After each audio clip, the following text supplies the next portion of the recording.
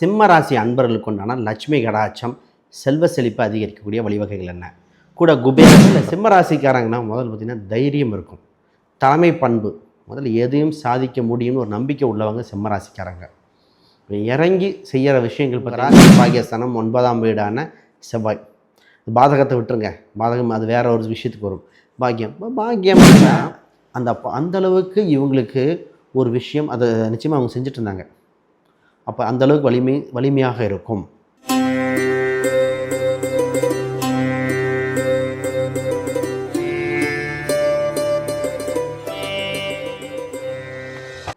ஜோதிடர் யுகம் நேயர்களுக்கு அனைவருக்கும் வணக்கம். நான் உங்கள் ஸ்ரீ சுபம் விஜயகுமார்.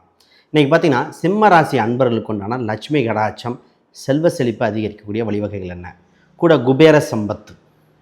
பொதுவாகவே நல்லா தெரிஞ்சுக்க வேண்டிய விஷயம் என்னென்னா, நிறைய செலிப்ரிட்டிஸ், நிறைய தொழிலதிபர்கள், பணக்காரங்க தன் செல்வ நிலை தக்க வைக்க பண்ணி கொண்டு தான் இருக்காங்க.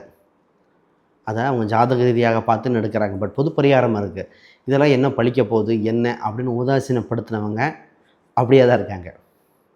இந்த சம்மந்தப்பட்ட டாபிக் பொதுவானது, நிறைய பேர் சொல்லியிருப்பாங்க. அவங்க சொன்னதில் நிறைய பாயிண்ட் இருக்கும், நான் சொல்கிறதுலையும் பாயிண்ட் இருக்கும். இதை பயன்படுத்தி பாருங்கள், ஒரு மாதத்தில் மிகப்பெரிய மாற்றம் நடக்கும். பொருளாதார ரீதியாக, குடும்ப ரீதியாக. இப்போ லட்சுமி கடாட்சம்னா ஃபஸ்ட்டு குடும்ப அமைதி, செல்வ செழிப்பு, கணவன் மனைவி அந்யோன்யம், குழந்தை செல்வங்கள், அதுவும் செல்வந்தான், சொத்து சுக சேர்க்கைகள், வருமான ரீதியாக தடைகள் இருக்க விலகிறது, அனைத்து வகைக்கும் இது வேலை செய்யும். பெரிய விஷயமா இருக்கும். சின்ன ஒரு இது பண்ணாலே டக்குன்னு நடந்துடும். எவ்வளோ பெரிய விஷயம் இருந்தாலும் சின்ன ஒரு பரிகாரம் வேலை செய்யும். இது வீட்டிலே செய்யக்கூடிய அம்சமாக இருக்குது. தெளிவாக பார்ப்போம். முதல்ல சிம்ம ராசிக்காரங்கன்னா முதல்ல பார்த்திங்கன்னா தைரியம் இருக்கும், தலைமை பண்பு, முதல்ல எதையும் சாதிக்க முடியும்னு ஒரு நம்பிக்கை உள்ளவங்க சிம்ம ராசிக்காரங்க. இறங்கி செய்கிற விஷயங்கள் பார்த்திங்கன்னா ஒரு சிலருக்கு பயமாக இருக்குது, இதெல்லாம் எப்படி செஞ்சீங்க அப்படிங்கிற மாதிரி. அசாதாரணமான விஷயத்தை சாதாரணமாக நிகழ்த்து காட்டக்கூடிய திறமை படைத்தவங்க இவங்க. ஒரு சில நேரத்தில் இவங்க கோவப்படுறாங்கன்னு மற்றவங்க நினைப்பாங்க, ஆனால் இவங்க தன்மையாக தான் இருக்கும். இன்னொன்று, அந்த நேரத்தில் இவங்களோட வருத்தப்பட்ட விஷயங்கள் கடின உழைப்புக்கு உண்டான ஒரு சிறு வார்த்தையாக தான் இருக்கும். இவங்க சைடு கொஞ்சமாக தான் இருக்கும். ஒரு சிலரெல்லாம் புரிஞ்சுக்க மாட்டாங்க. பட் இருந்தாலும் தன் முயற்சியை நோக்கி போய்கிட்டே இருப்பாங்க இந்த சிம்ம ராசிக்காரங்க. பொதுவாக இந்த ராசிக்கு ஒருத்தங்களுக்கு லட்சுமி கடாட்சம் வரணும்னு வச்சுங்களேன், முதல்ல பாக்கியத்தை சரி செஞ்சுட்டு தான் பண்ணணும். பாக்கியம் அப்படின்னா பாக்கியஸ்தானம். உங்கள் ராசிக்கு பாக்கியஸ்தானம் 9ஆம் வீடான செவ்வாய். பாதகத்தை விட்டுருங்க, பாதகம் அது வேற ஒரு விஷயத்துக்கு வரும். பாக்கியம் அப்படின்னா ஒரு பெரிய தொட்டியில், புரியுறதுக்காக, பெரிய தொட்டியில் தண்ணி எவ்வளோ தான் இருந்தாலும் லீக்கேஜ் இருக்குதுன்னு வச்சுங்களேன், அங்கே நிறைஞ்சிட்டே இருக்குது, நிற்காது, லீக் ஆகிட்டே இருக்கும். இந்த பாக்கியம்ங்கிறது சாதாரண ஒரு பாயிண்டில் மிஸ் ஆகிறத தூக்கி விடுங்க. சொல்லுவாங்க, கடைசி நிமிஷத்தில் பஸ்ஸை மிஸ் பண்ணிட்டேன், ஒரு மார்க்கில் போச்சுங்க, எல்லாமே ரைட். இந்த ரன்னிங் ரேஸ் ஒருத்தங்க ஆர்மியில் ஒருத்தர் சொன்னார், அவருக்கு சில கோயில் லிஸ்ட்லாம் பரிகாரம்லாம் கொடுத்தேன், போகலையா, மறந்துட்டாராமா. அப்போ அந்த கடைசி நேரத்தில் பார்த்தீங்கன்னா சொல்கிறாரு, இவருக்கு முன்னாடி ஒருத்தர் போனார் அந்த ஆர்மியில், ஏதோ க்ளோஸ் பண்ணிட்டாங்களாமா. இவருக்கு அடுத்ததில் ஃபீல் பண்ணி அழுகிறார், இவ்வளோ நாள் அவ்வளோ அழுதன்னார். அதாவது இவருக்கு முன்னாடி போனவர் செலக்ட், அவருக்கும் இவங்களுக்கும் வித்தியாசம் பார்த்திங்கன்னா 5 செகண்ட் கூட இருக்காது.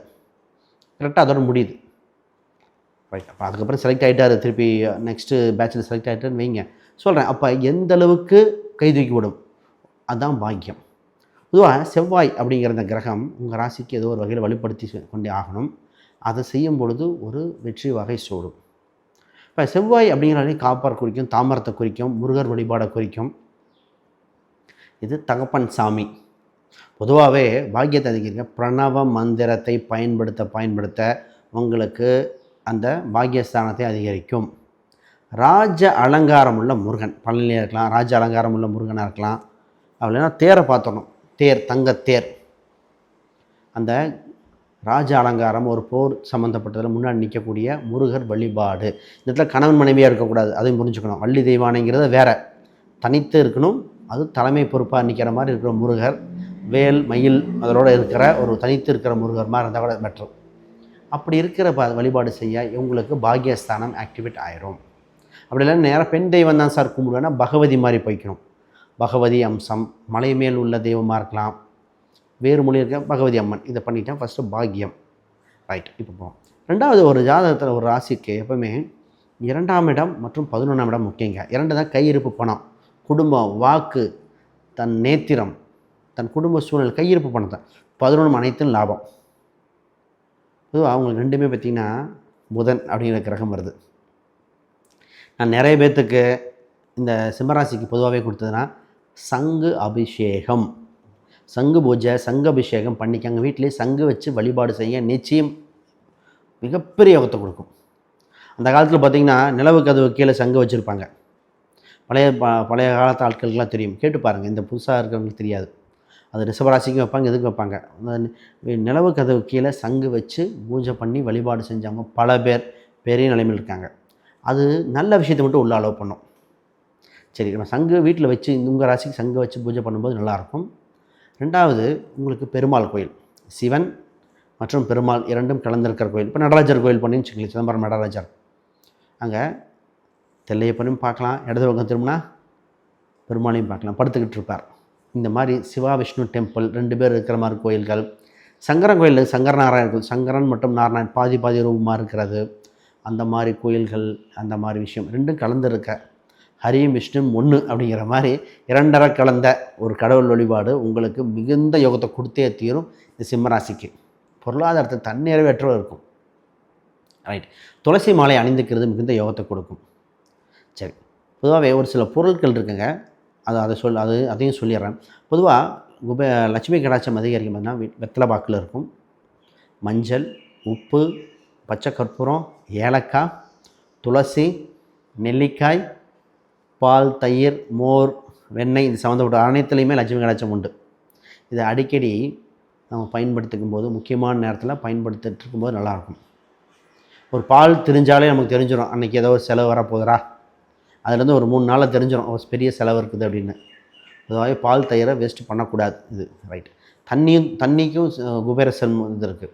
பொதுவாக திரவம் வந்தால் குபேரன் வந்துருங்க. அப்போ உங்கள் ராசிக்கு என்னென்னா ஒரு தாமிரத்தால் ஆன ஒரு குபேரன் படமும் லக்ஷ்மி படமும் வச்சு கூட ஃபஸ்ட்டு விநாயகர், மஞ்சளில் விநாயகரை பிடிச்சி அருகம்புல் வச்சு பக்கத்து தீபங்கள் ஏற்றி அதில் ஒரு தீர்த்த தாமிரத்தில் வச்சு காப்பரில் தண்ணி, துளசி தண்ணி வச்சு வெத்தலையெல்லாம் கிள்ளி தெளித்து தீபம் ஏற்றி அதற்குள்ள கனகதார மந்திரமாக இருக்கலாம், குபேர மந்திரங்கள் சொல்லி வாரம் ஒரு முறை வழிபாடு செய்து பாருங்கள். நிச்சயம் செல்வ கடாட்சம் நிச்சயம் கிடைக்கும்.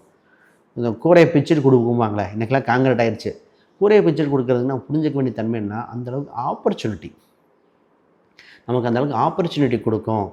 ஒரு விஷயத்தை நான் ப்ராசஸ் பண்ண டக்குன்னு முடிஞ்சதுன்னா, இதை ஒரு சினிமா செலிப்ரிட்டிக்கு கொடுத்து அவர் சொன்னார், டக்குன்னு போனோம், பேசினோம், டைரக்டர் பார்த்தா ஓகேன்னாரு, ப்ரொடியூசர் பேசினார், டக்குன்னு பார்த்திங்கன்னா படம் எக்ஸிக்யூட் ஆச்சு அப்படின்னு ஒரு படத்தையே சொல்லிட்டார்.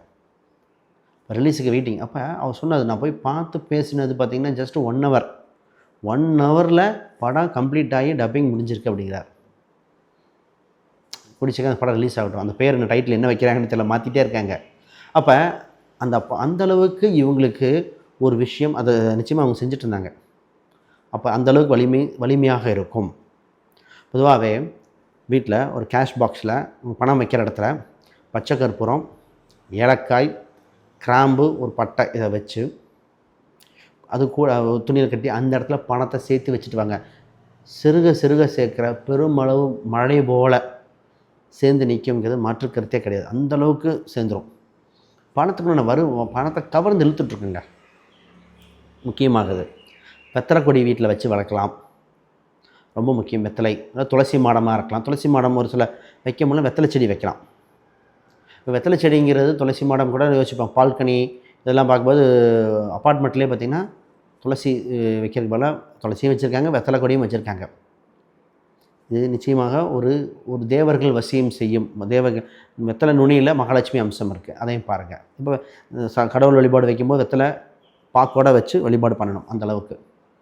ரைட். இப்போ முக்கியமாக கடைசியாக உங்கள் உங்கள் வீட்டில் இருக்கிற சமையல் அறை இருக்கு இல்லையா, சமையல் எப்படி நீட்டாக இருக்கணும், நல்ல ஸ்மெல்லாக இருக்கணும், தேவையற்ற அழுக்குகள் இருக்கக்கூடாது, நீட்டாக இருக்கணும்.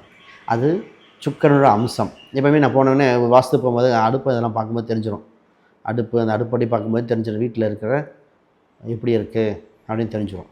அது அப்போ கேஸுங்கிறது பரணி நட்சத்திரத்தை குறிக்கிங்க.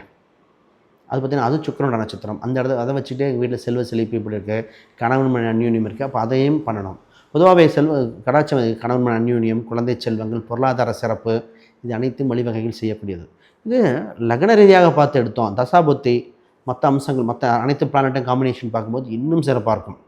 அப்போ பொருளாதார ரீதியாக நோயற்ற இதாக கடன் இல்லாமல் வீடு கட்டுறது, வண்டி வாகனங்கள், குடும்பத்தில் சந்தோஷ மகிழ்ச்சிகள், நோயற்ற வாழ்வுக்கு, கடனில் மீண்டு பொதுவாகவே கடனுக்காக வேறு கேட்குறாங்க. அதாவது வீடு கட்டுற கடன். அப்போ பொதுவாகவே உங்களுக்கு ஃபேவராக நடக்கக்கூடிய அனைத்து விஷயத்துக்கும் இது நடந்துடும். நிறைய நாள் வீட்டில் தடை இருக்கா, இதெல்லாம் பண்ணிட்டு வந்தாலே பெரும் செல்வத்தை கொடுத்துரும்.